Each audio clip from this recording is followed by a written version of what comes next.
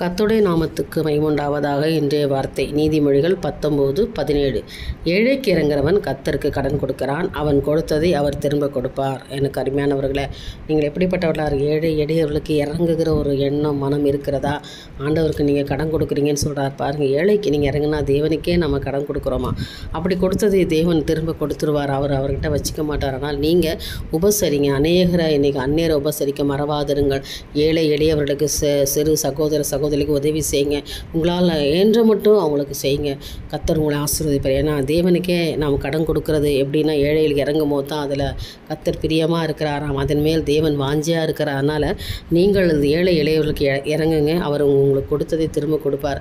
1000 மடங்கு ஆண்டவர் திருப்பி கொடுப்பார். பல மடங்காக அதை உங்களுக்கு தேவன் திருப்பி கொடுப்பார். எனக்கு அருமையான தேவனுடைய பிள்ளைகளை, இந்த வார்த்தையின்படி மற்றவர்களுக்கு உதவி செய்ய முன்வாங்க. கர்த்தர் உங்களை ஆசீர்வதிப்பாராக. தேவனுக்கே மகிமை உண்டாகட்டும்.